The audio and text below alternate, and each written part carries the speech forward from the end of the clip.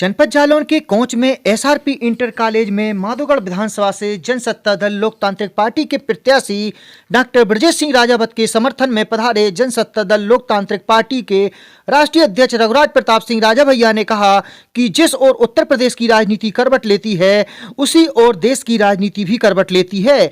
उत्तर प्रदेश की राजनीति से ही देश की राजनीति चलती आई है। राजा भैया ने कहा कि जब उनके 25 वर्ष राजनीति में पूरे हुए तब जनसत्ता दल लोकतांत्रिक पार्टी का गठन किया गया, जिसमें बुंदेलखंड क्षेत्र से भारी संख्या में लोग हमारे पार्टी के गठन के दौरान लखनऊ पधारे। मैं सभी का धन्यवाद करता हूं।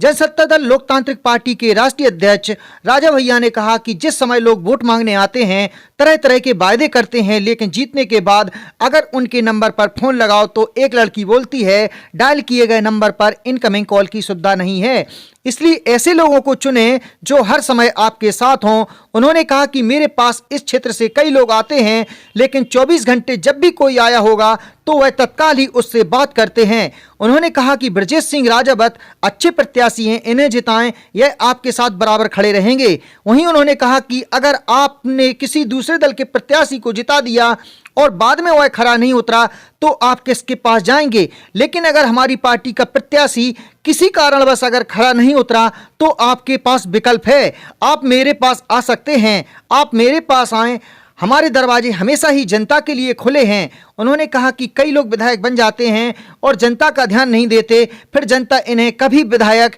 या अन्य कोई पद नहीं देती है। उन्होंने कहा कि मुझे कई बार मंत्री पद मिला, लेकिन जिस जनता ने मुझे यहाँ तक पहुँचाया उसके लिए हमारे पास 24 घंटे समय रहता है, तभी राजनीति में इतने साल तक जनता के आशीर्वाद से यहाँ तक पहुँचा हूँ। जालौन से पब्लिक न्यूज मंच के लिए शैलेंद्र पटेरिया की रिपोर्ट।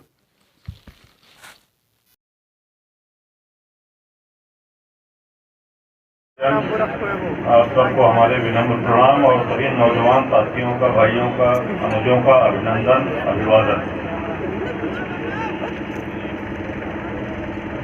आज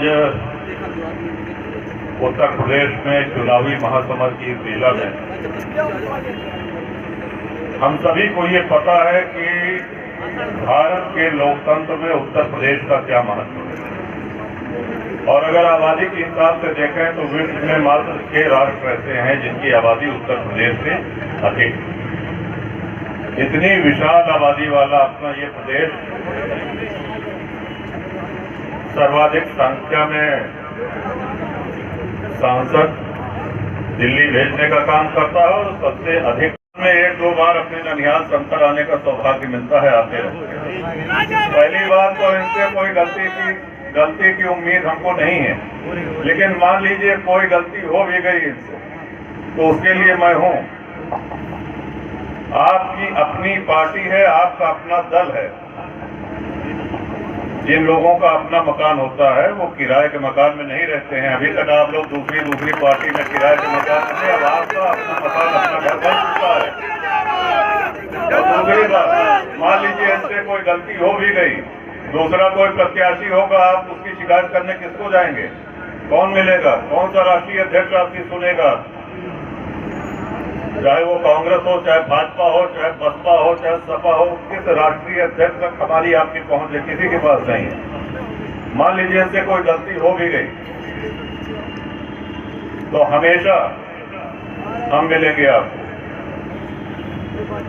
और इतना ही नहीं, अगर बुंदेलखंड में भांजे का मानदान है तो अवध की भी ये संस्कृत रही है कि अपने ननिहाल का, अपने मामा का बहुत सम्मान होता है वहां पे।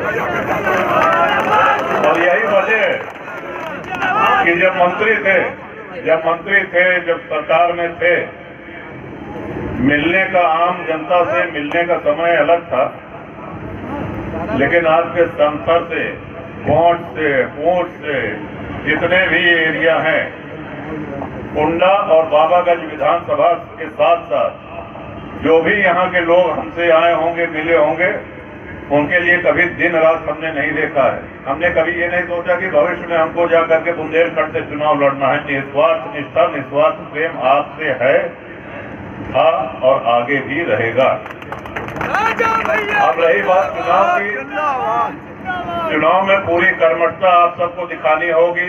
जनसत्ता दल किसी की सरकार नहीं बनती है तो आपकी पार्टी की अगर सीटें आती हैं तो किसको समर्थन देंगे आप? बहुत सार्थक और बड़ा अच्छा प्रश्न किया आपने। देखिए, हमारी पार्टी एक ऐसी पार्टी है, जनसत्ता दल, जिसका किसी भी दल से प्री पोल अलायंस नहीं।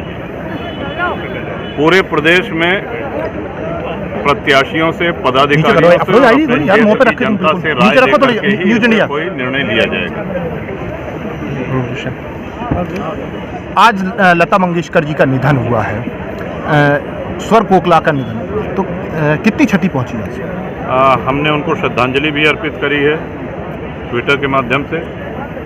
और देखिए, जाना तो सबको है, लेकिन लता जी गई एक ऐसी रिक्ति छोड़ करके गई जिसकी पूर्ति कभी संभव नहीं है। कोई भी उनका स्थान नहीं ले सकता है। दूसरा, बसंत ऋतु आई और ऐसे में भारत कोकिला, स्वर कोकिला चली गई, ये और भी कष्टकारी है। आप जनपद जालौन आए, जनपद जालौन को अपने श्री चरणों में स्थान दें, ये काम। जनपद जालौन आए, जनपद जालौन की जनता के लिए क्या करना है? आज विधानसभा माधवगढ़ के अनेक गांवों में भ्रमण किया और जो कहना था, अपील करना था ब्रजेश जी के विषय में, वो हर जगह किया। जनसभाएं करी, रैलियां करी। कितनी सीटों पर आपने पार्टी चुनाव लड़ा? अभी तक 19 प्रत्याशी घोषित हैं।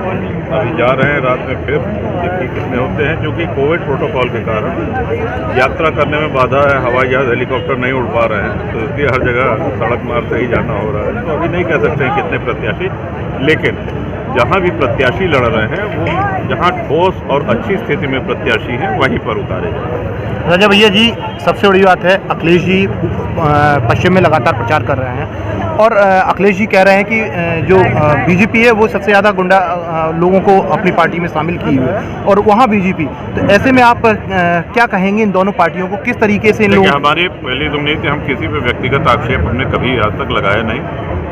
भाषा की गरिमा और मंच की मर्यादा सदैव हमने पालन किया। वो दोनों क्या कह रहे हैं उसको आप लोग सुनिए और सुनाइए।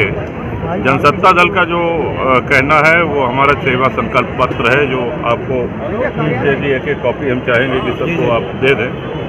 बड़ा मौलिक विषय उसमें उठाए गए हैं।